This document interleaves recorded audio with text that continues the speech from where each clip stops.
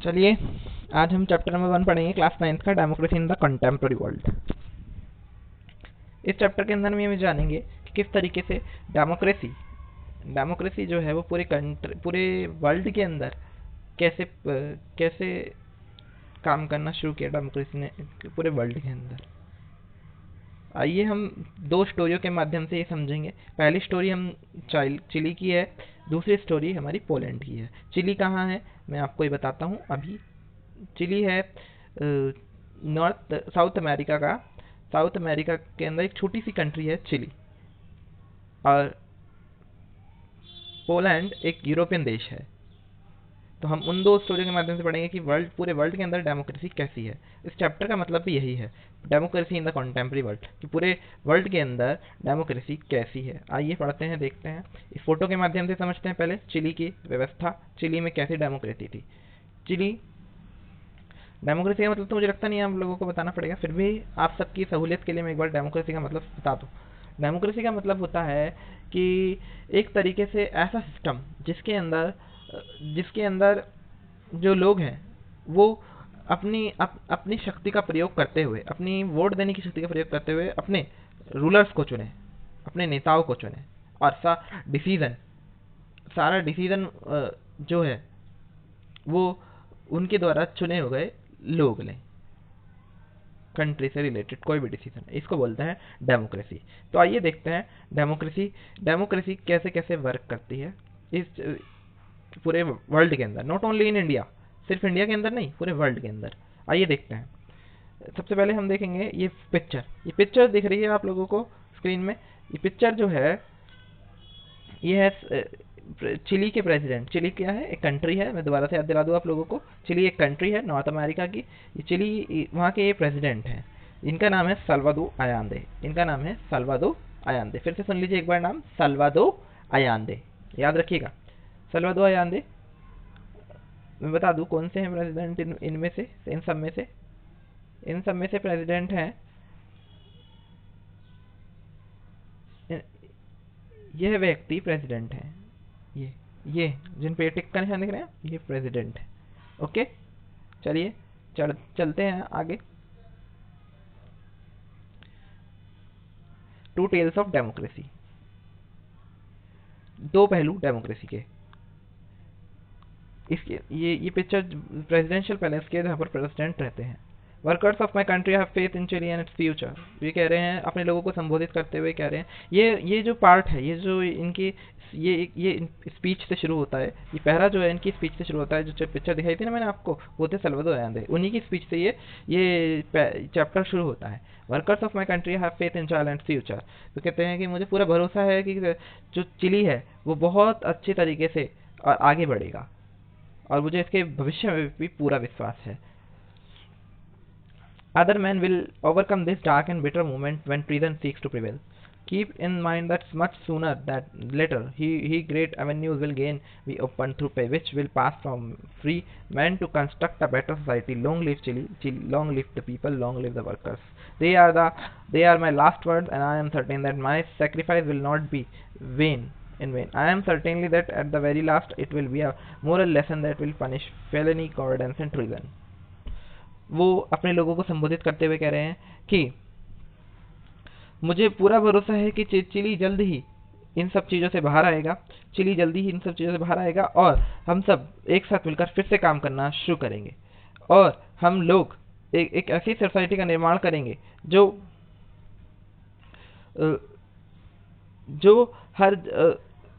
हर चीज़ को सहने में सक्षम होगी, और हम ऐसे इलाकों का निर्माण करेंगे।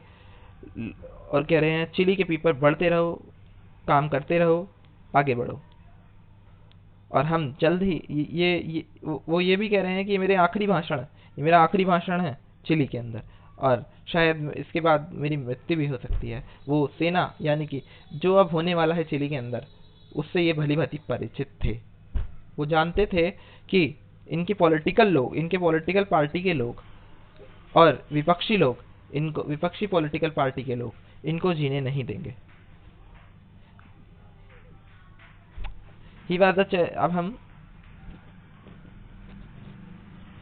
अब हम यहाँ से पढ़ते हैं। जी मैंने बता दिया कौन है ये सलमान गांधी। हम यहाँ से पढ़ते हैं हीवास से। ओके, अब हम हीवास से पढ़ेंगे।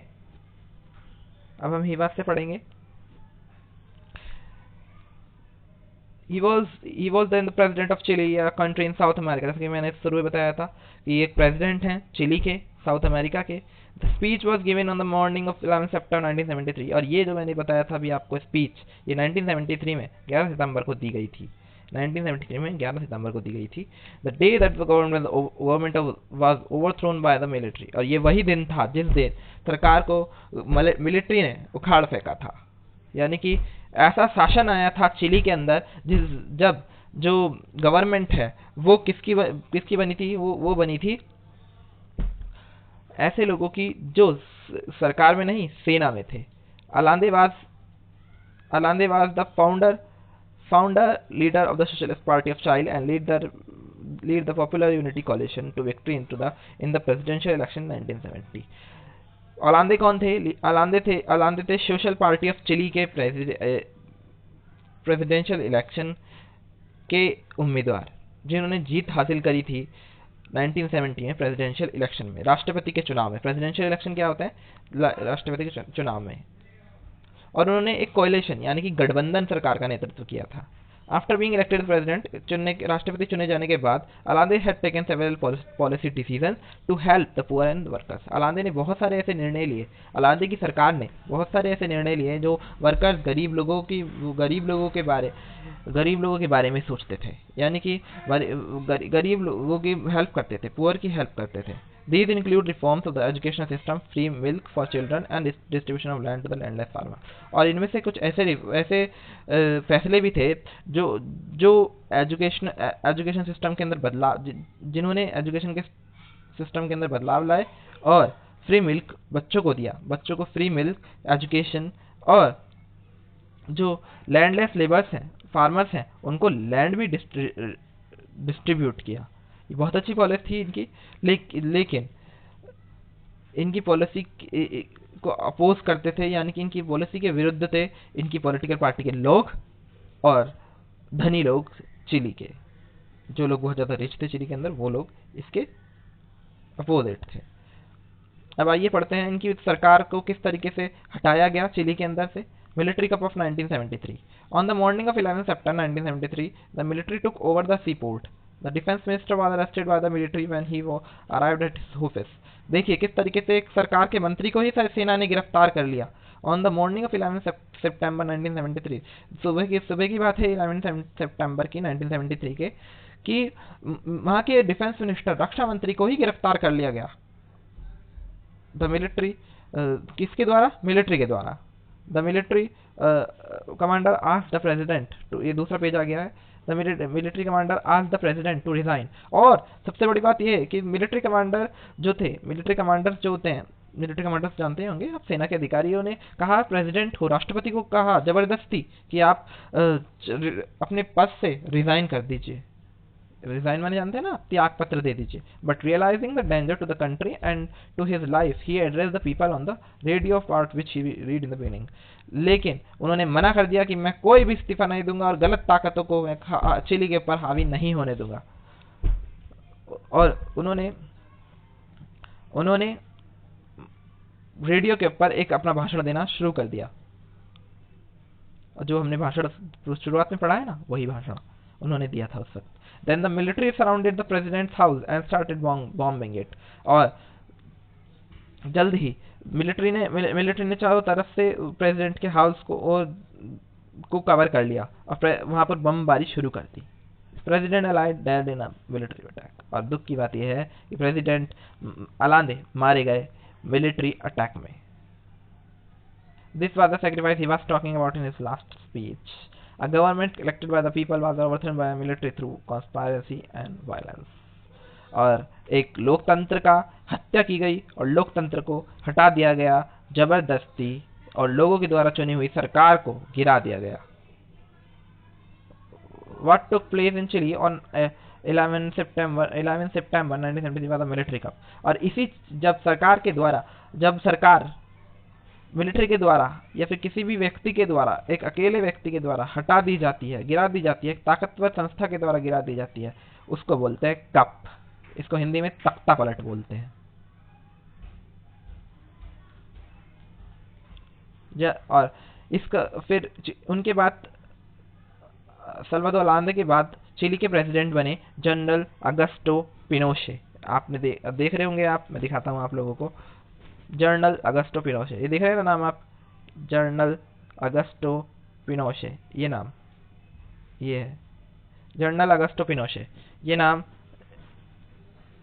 देख रहे हैं ना आप, यही है उस तख्ता पलट के नेतृत्व ये इन्होंने नेतृत्व किया था उस तख्ता पलट का, यानी कि इनका सबसे बड़ा हाथ रहा था चिली के प्रेसिडेंट को मारने में। और इनको पूरा सपोर्ट था यूएस का, यूएस जानते हैं, यूनाइटेड स्टेट्स ऑफ अमेरिका का पूरा सपोर्ट था, ठीक है। और उनके हटने के बाद, अलांदे के हटने के बाद पिनोशे ने 17 साल तक राज किया था चिली के ऊपर।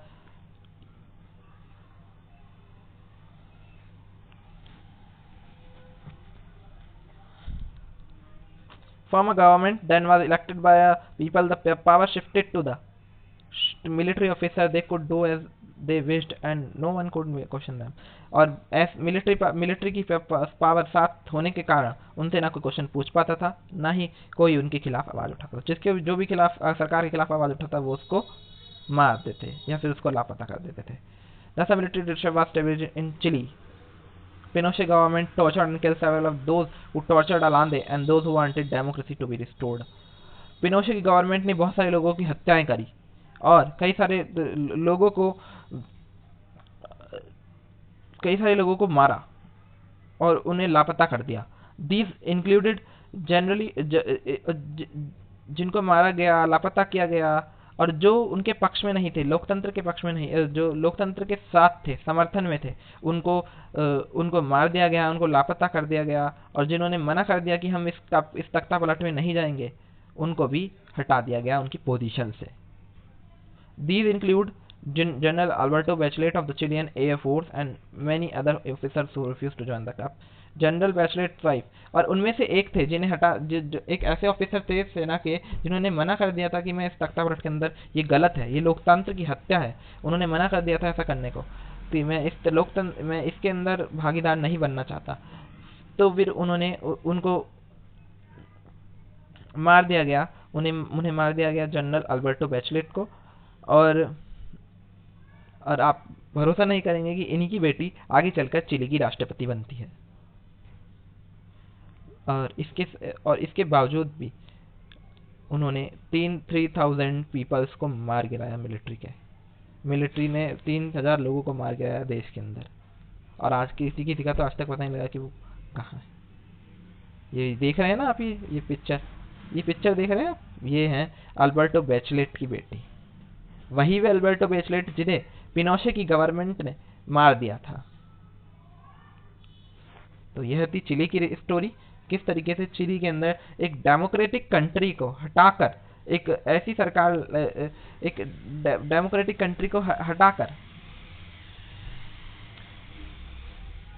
एक डेमोक्रेटिक गवर्नमेंट को हटाकर एक ऐसी सरकार आई जो सेना द्वारा समर्थित थी और सेना द्वारा पूरी तरह सपोर्टेड थी। फिर उसके बाद बहुत सारे इलेक्शन, बहुत सारे मूवमेंट चले, कैसे हटी ये भी देखेंगे। रिस्टोरेशन ऑफ डेमोक्रेसी हम कल पढ़ते हैं, कैसे हटी हम कल पढ़ते हैं। अभी फिलहाल इतना ही।